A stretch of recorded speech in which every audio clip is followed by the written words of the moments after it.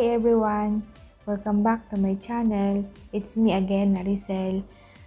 Kung ikaw ay bago pa lang sa channel ko, please consider to subscribe at i-hit mo na rin yung bell button below para naman ma-notified ka every time na meron ako mga bagong videos katulad nito. So in this video, ang isi-share ko naman sa inyo ay ang paggawa ng shell stitches. Yung shell stitches comes into different type. But in this video, ang i-share ko muna sa inyo ay yung post and shell stitches. Ang gagamitin natin for this project, milk cotton yarn, darning needle, a 3.5 mm crochet hook, and a pair of scissors. Post and shell crochet stitches, combination of front post double crochet o yung tinatawag nating FPDC and back post double crochet o BPDC and then double crochet. And to do this project, we need a chain multiple of 6 plus 3.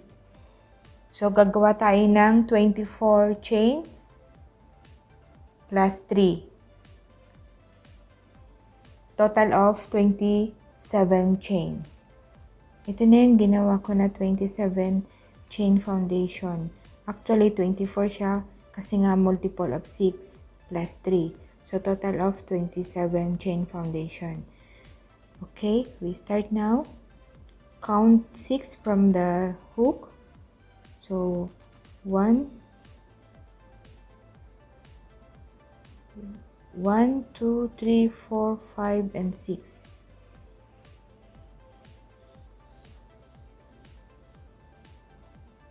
Okay. Double crochet. Okay. First double crochet.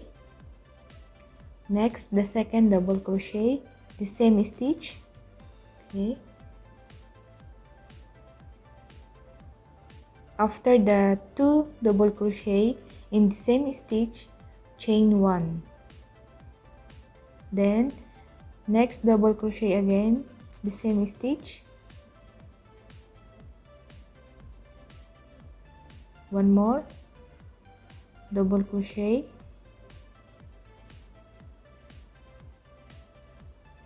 Okay.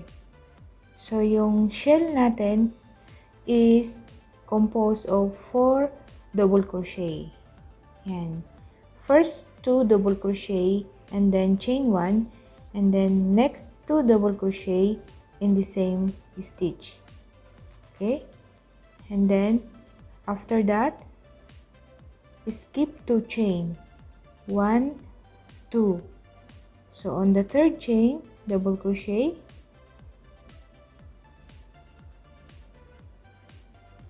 Okay, and then skip again 2 chain, 1, 2.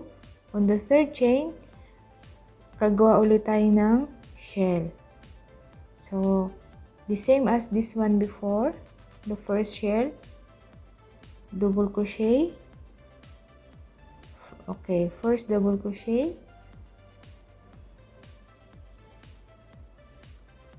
second double crochet,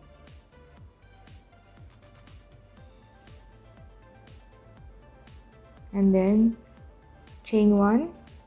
Next, third double crochet in the same stitch and fourth double crochet in the same stitch. So this is how it formed. This is how it look like. Then ulitin lang yung kanina. Skip 2 chain, 1, 2. So on the third chain, double crochet,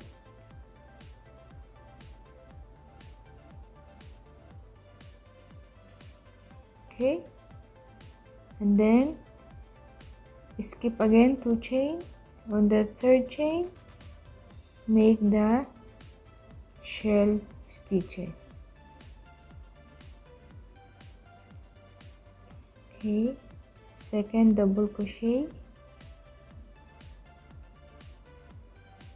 then chain 1, and then third double crochet in the same stitch, and fourth double crochet,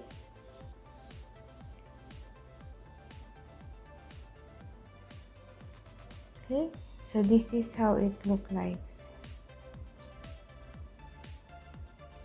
Then repeat again, skip 2 chain, 1,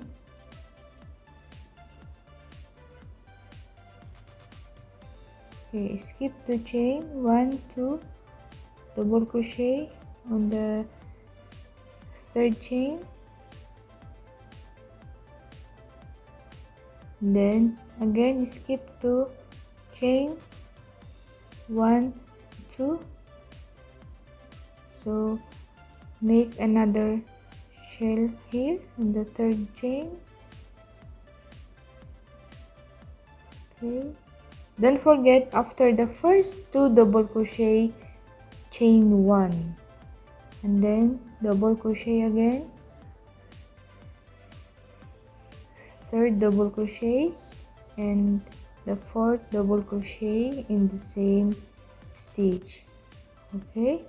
So now remaining 3 chain, 1, 2, and 3. So as usual, the same as before, skip the 2 chain, 1, 2, on the third chain double crochet, and this is how we end up our first row, okay. So this is the first row. Now we will move on to the second row. Chain 3, count as 1 double crochet, and then babalik ka rin,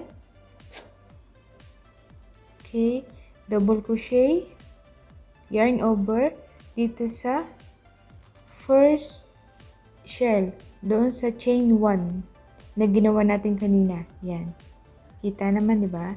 Ito yung chain 1 in between noong double crochet, dalawa dito sa kanan, dalawa dito sa left, so in between, yarn over, insert doon, gagawa tayo ng shell, okay.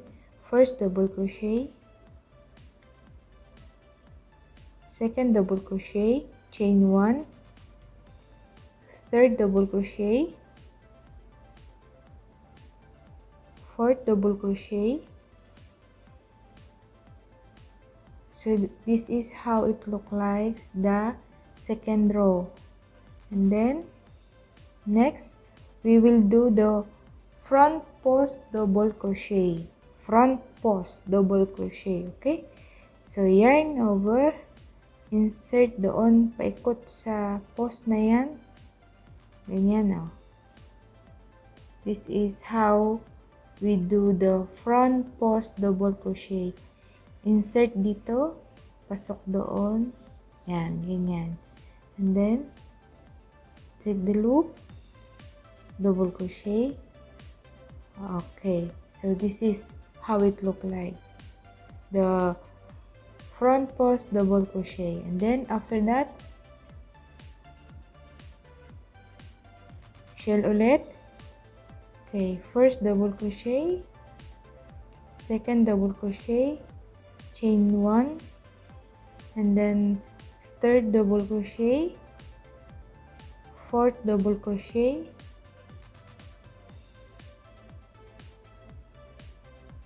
okay. So kita naman natin yung mga edges niya na clear, ganyan. Next,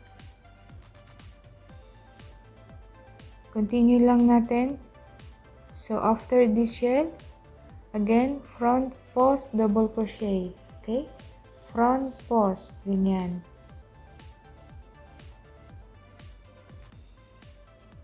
And then next shell again, first double crochet, second double crochet, chain 1, then third double crochet, and fourth double crochet, okay. So after that, front post double crochet, Okay, front post double crochet, and then shell again, first double crochet, second double crochet, chain 1, and then third double crochet and fourth double crochet. Okay, so we still have remaining 3 chain. Skip the 2 chain, 1 2, and double crochet on the third chain. So this is how we end up our second row.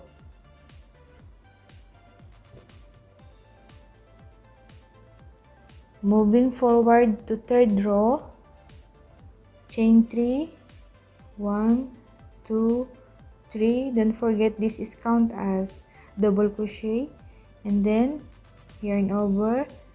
Again the same process, first double crochet, second, chain 1, and then third double crochet, fourth double crochet. Okay, so this time we will do back post double crochet. Okay, kanina yung ginawa natin is front post double crochet. So this time we will do back post double crochet. Okay, so madali lang yan. Yarn over, kuha doon, ganyan, yung sa likod, yan. Okay, take the loop, then double crochet.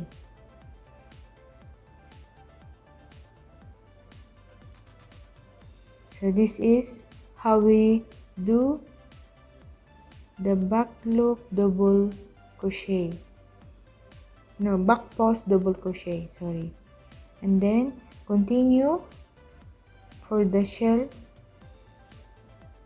First double crochet, second double crochet, chain 1, then third double crochet, then fourth double crochet, again back post double crochet, yarn over, take doon, you know, kita niya yan, yung post na yan. Okay,